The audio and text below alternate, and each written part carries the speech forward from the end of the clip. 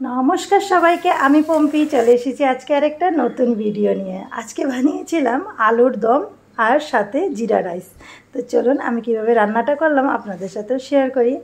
এখানে আমি আলুগুলোকে নিয়েছি, আজকে ছোট আলু না, ঘরের বড় আলু দিয়েই বানিয়েছিলাম। একটু মিডিয়াম সাইজের আলু ছিল, তো ওইটা দিয়েই বানিয়েছিলাম। হঠাৎ করে আলুর দম খেতে ইচ্ছা করলো, ভাবলাম বড় আলু দিয়েই বানিয়ে নিই। তো আলুগুলোকে আমি বেশ ভালো করে ধুয়ে নিয়েছি, বালু ছাড়িয়ে এখন প্রেসার কুকারে দিয়ে 2টা সিটি দিয়ে নামিয়ে নিলাম। আলুগুলোকে একটু ঠান্ডা করে এখন ছিলে নিচ্ছি। আলুর দম খেতে আমার খুবই ভালো লাগে, তো আজকে ছোটো আলু নাই, ওই জন্য বড় আলু দিয়ে বানালাম। এদিকে জিরা রাইসের জন্য চাউলটাকে আগেই ভিজিয়ে রেখে দিয়েছিলাম ধুয়ে উঠিয়ে। এখানে একটা বাটির মধ্যে নিয়েছি গোটা জিরা, গরম মশলা আর তেজপাতা। তো কুকারটা আমার খালি করে এখন কুকারের মধ্যে দিয়ে দিলাম অল্প রিফাইন তেল আর বাটার দিয়ে গোটা জিরা আর গোটা গরম মশলা তেজপাতা ফোড়ন দিয়ে চাউল যে রেখেছিলাম সেই চাউলটাকে দিয়ে ভালো করে চাউলটাকে ভেজে নিব। এখানে কিশমিশ আর কাজুটাও দিয়েছি ধুয়ে। যেহেতু জিরা রাইস, তো জিরার পরিমাণটা একটু বেশি নিয়েছিলাম। ভালো করে নাড়াচাড়া করে সবগুলো ভেজে নিলাম। আর এখন দিয়ে দিচ্ছি লবণ আর মিষ্টি, অপশনাল চিনিটা। তো মিষ্টি মিষ্টি একটু হলে ভালো লাগে আমার, যে কোনো জিরা রাইস হোক ফ্রাইড রাইস হোক একটু মিষ্টি মিষ্টি হলে ভালো লাগে, ওই জন্য আমি চিনিটা দিলাম। এখন ভালো করে ভাজা হয়ে গেছে, মাপ মতন দিয়ে দিলাম জল। জলটা দিয়ে আবারও ভালো করে নাড়াচাড়া করে প্রেসারে একটা সিটি দিয়ে নামিয়ে নিব। তো চলুন, প্রেসারে সিটি হয়ে পড়ে গেছে, এখন নামিয়ে নিয়ে এদিকে কড়াইয়ের মধ্যে আলুগুলোকে ভেজে নিচ্ছি। এখানে নিয়েছি সব মশলাগুলোকে আমি একটা বাটির মধ্যে গুলিয়ে নিয়েছি। আর এদিকে গোটা গরম মশলা তেজপাতা সব কিছু একটা প্লেটে নিয়ে নিলাম। কড়াইটার মধ্যে একটু আলুটা লেগে গেছিলো, ওই জন্য আবারও ধুয়ে দিয়ে ভালো করে আবারও কড়াইটা বসিয়ে দিলাম।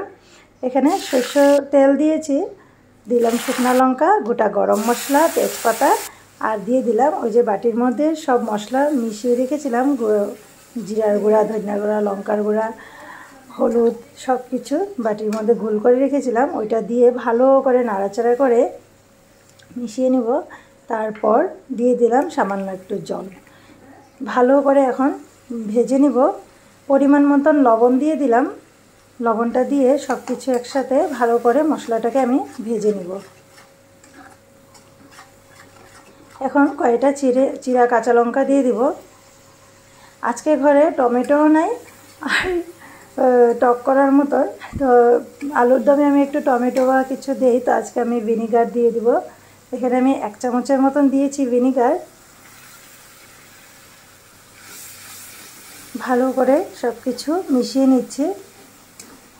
মশলাটা একদম ভাজা হয়ে গেছে আর খুব সুন্দর ভাজি গন্ধ বেরোচ্ছে। এখন দিয়ে দিব ভেজে রাখা আলুটা।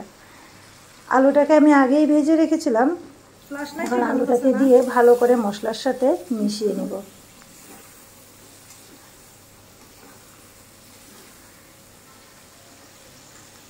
এখন দিয়ে দিব পরিমাণ মতো একটু চিনি। আলুর দমে একটু মিষ্টি মিষ্টি ভাবতে ভালো লাগে। ভালো করে নাড়াচাড়া করে চিনিটাকেও মিশিয়ে নিলাম। দেখুন একদম মশলাটা ভাজা ভাজা হয়ে গেছে আর খুব সুন্দর একটা গন্ধ বেরোচ্ছিল। গোটা গরম মশলাগুলো এত ভালো ছিল, খুব সুন্দর গন্ধ।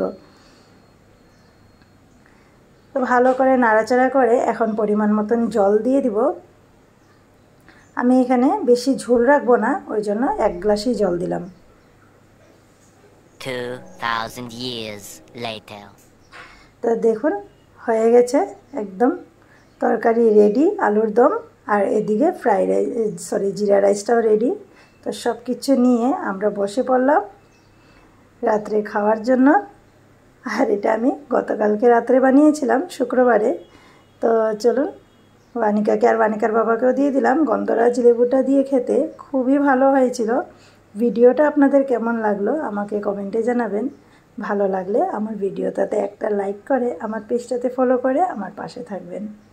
আজকে এই পর্যন্ত, আবারও আসবো নতুন একটা ভিডিও নিয়ে। ততক্ষণ সবাই ভালো থাকুন, সুস্থ থাকুন, সাবধানে থাকুন।